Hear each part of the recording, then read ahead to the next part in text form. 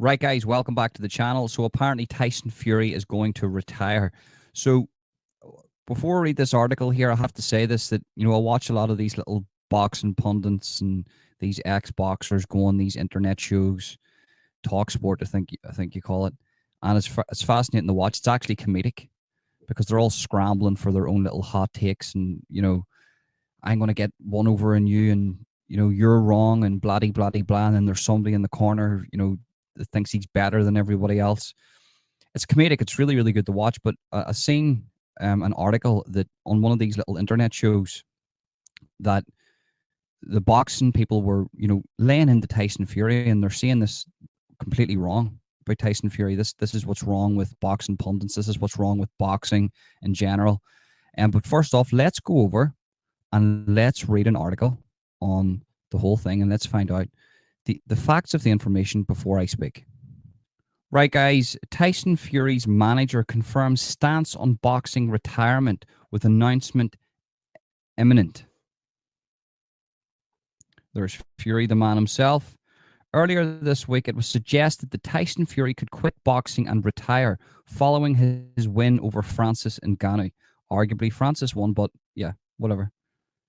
Gypsy King wasn't at his best during the showdown in Saudi Arabia, winning via split decision, having been shockingly floored in round 3 of the bout. George Groves then expressed a belief that Fury would end up retiring, having looked a shadow of his usual self during the fight. Yet the 35-year-old's manager, Spencer Brown, has now dismissed that idea while speaking to Sky Sports. There's absolutely no truth in this, none whatsoever, he said. Tyson is raring to go. Fury is now set to fight Usyk in early 2024, with the showdown between the two men due to be pushed back. They had originally been scheduled to fight in Saudi Arabia on December 23rd.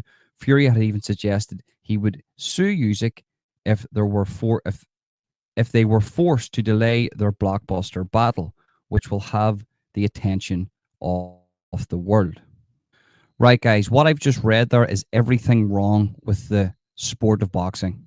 Because, number one, I don't know if this is on Talk Radio or Sky Sports. It doesn't really make a difference. Sky Sports is getting bad as it is. It's getting worse by the day. But anyway, regardless, this is the way boxing fans need to see the whole situation. Tyson Fury took a fight with a guy that's not in boxing. He got floored in that. He got floored and he, lost a bit of credibility. Okay, but here's the way you need to see it. Tyson Fury took a boxing match with a guy that's completely unknown in the sport of boxing.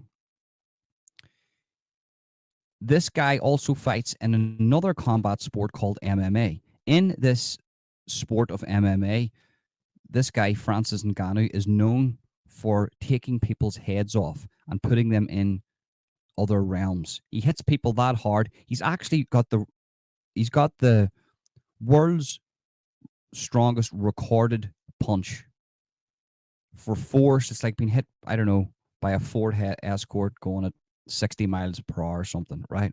That's what it's equivalent to. Another thing I have to say is that George Groves and all these guys, want to get their little hot takes and, they want to have their reels and they want to do this and they want to do that and they want they want to stand out from the crowd. What they're actually doing is that they're making themselves look like absolute idiots. That's the way I see this. Boxing fans and boxing pundits are the worst people on planet Earth. Worse than, I'm not going to go there, but listen, they're bad. They're bad people, right? Because you have a guy, Anthony Joshua, right, that got put to the ground by a 4'5" dwarf Mexican. I take that back. He's like 6 foot or something, isn't he? Mexican, right? The first sort of heavyweight Mexican champion there's ever been after he beat Anthony Joshua. You have Anthony Joshua going into fights with people that Fury has fought and Fury has beat comfortably and Joshua has been wobbled. Nothing gets said about that. Fury or Joshua's just going through a bit of a bad moment here, but he'll recover. He'll recover. Tyson Fury takes a risk. Make no mistake about this. Tyson Fury takes a risk against Francis Ngannou. He thought it was going to be a walkover, but in his own words, I trained more for this fight than any other fight, than any other boxing match, because I didn't know what I was dealing with. And Tyson Fury was right. He didn't know what he was dealing with. This guy went in Francis Ngannou, and there was some rounds that were, they took off, and Ngannou or Tyson Fury stole those rounds, and hence why he won that fight. But Tyson Fury didn't know what he was going into. Do you know what I mean? So, personally, myself, they're not giving Fury enough credit here. Now, if there's a second fight, I would like to think that Fury could have downloaded the data from the first one and says, right, well, this is what we need to do for the second one. And then he'll win comfortably. I don't know. And Ngannou looks really, really good. But these boxing fans and these boxing pundits aren't seeing this correctly. They should be saying Tyson Fury is brave because he got into a boxing ring with somebody who's known in another combat sport for knocking people out and has the hardest recorded punch in the world. He didn't know what he was coming up against.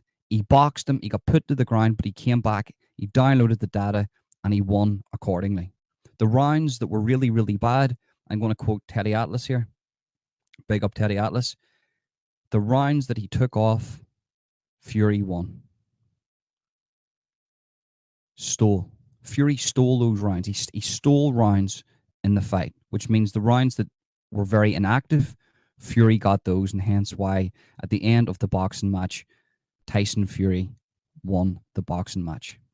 But for damage, that all goes to Francis Ngannou. We didn't even think Francis Ngannou could land a glove. Tyson Fury didn't know what he was coming up against. We didn't know what Francis Ngannou was capable of. We know Francis Ngannou is the guy in MMA that telegraphs punches. We didn't know that he could do that. We didn't know he could switch the southpaw. We didn't know he had footwork, head movement, body work, ring generalship, all those little fancy things that boxing pundits like to come out with. We didn't know any of those things. But that night, Francis Ngannou showed Tyson Fury and the world what he's capable of. And boxing pundits are telling Tyson Fury, telling the world that Tyson Fury should retire.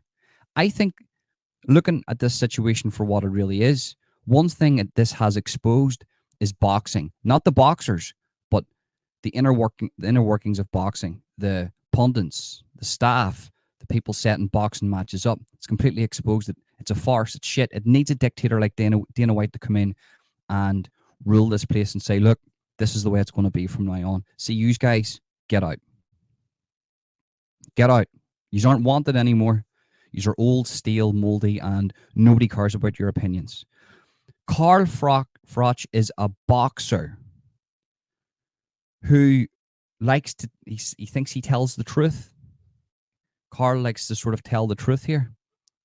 But in reality, he hasn't told the truth. And I don't know if it's because he doesn't know the truth or if it's because he just wants to be ignorant.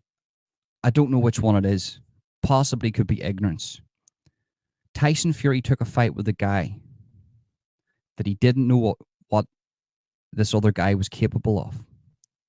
He got put to the ground because this guy hits like a Ford Escort going at 60 miles per hour, the hardest recorded punch in the world.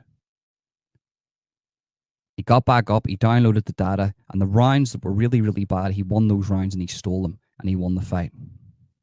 He won the boxing match. And you have boxing pundits going after Tyson Fury, saying he should retire because of that performance. And in the same sentence, they're backing other boxers, other heavyweight boxers that have had way worse performances, in my opinion. Absolutely crazy, guys. Let me know your opinion. Remember, smash that like button, subscribe, hit the notification bell, share, copy link the clipboard, make a little social media post, send to a friend on Facebook or WhatsApp Messenger. Sharing is caring, spreading the word is good. That's it, guys. That's it, guys. Thank you very much for tuning in. Peace.